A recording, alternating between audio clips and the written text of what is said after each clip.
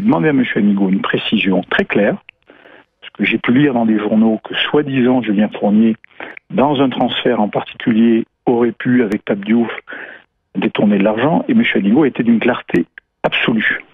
Et il m'a dit, M. River, jamais Julien Fournier n'a touché un seul centime sur quelconque transfert que ce soit. J'ai dit, écoutez, c'est pas ce que j'ai lu dans une de vos déclarations, par rapport à des écoutes téléphoniques, et il m'a dit, écoutez, j'ai fait une bourde, je crois que le problème de l'OM aujourd'hui, c'est Pape Diouf et l'OM.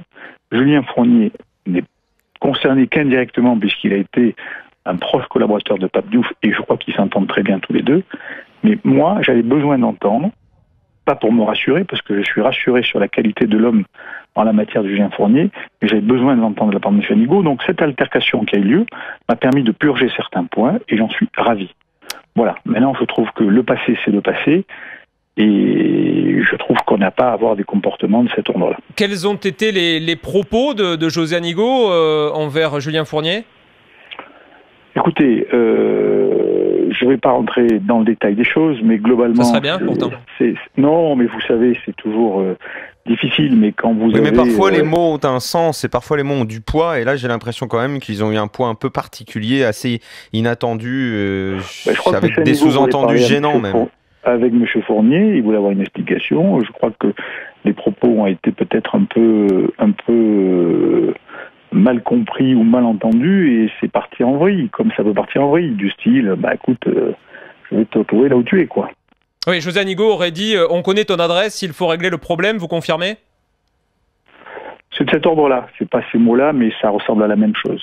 Et dans quel état, du coup, est Julien Fournier ? Ce soir, il a été affecté par cet échange quand même assez violent ? Julien Fournier, je pense que c'est quelqu'un qui a beaucoup de qualités. Il peut avoir des défauts comme tout le monde, mais il a une qualité majeure, c'est qu'il est intègre. Et qu'on ait pu, à travers différents articles, attaquer son intégrité, c'est des choses qui l'ont profondément blessé, et je le comprends. Je serais à sa place, je serais irrité comme il peut l'être. Donc effectivement, il y a des problèmes passés qui ne nous concernent pas, qui ne nous regardent pas, et moi j'ai un souhait, c'est avoir de bonnes relations avec chaque club. Et le passé, je souhaite le fermer.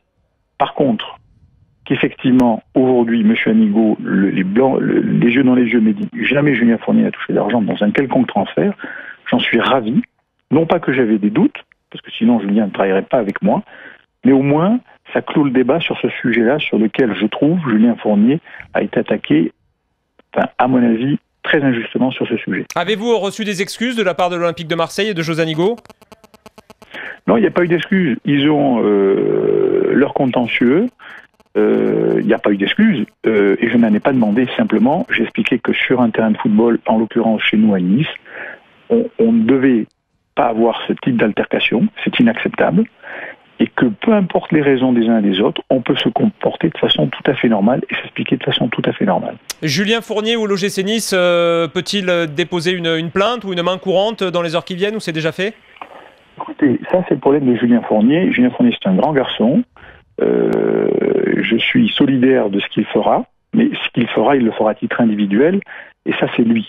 Maintenant, je ne vous cache pas que, de mon point de vue, je souhaiterais, parce que je ne souhaite pas avoir de mauvaises relations, et j'ai de très bonnes relations avec Vincent Labrune, je ne souhaite pas qu'on aille vers des contentieux qui n'en finissent plus. Moi, quand il y a un problème dans le passé, on le résout, on tire une barre, on enterre les choses, et on n'en parle plus, et on passe devant, on ne regarde plus derrière. Cet épisode ne va pas laisser des traces, Président River ? C'est ce que vous voulez dire ce soir ? Non, moi ce que je comprends surtout, c'est que comme il peut y avoir dans le futur du business d'affaires, on se tait, on enterre, quoi. Malheureusement, oui, c'est probablement ça. Il faut être cynique dans ces cas-là, Président, mais dans le foot, moi j'en ai marre de voir ce genre de comportement. Moi, ces comportements de chiffonnier dans le football, ça me fatigue. Après, on veut demander l'exemple à des joueurs, le comportement des joueurs. Nous, on est les premiers à beaucoup les critiquer.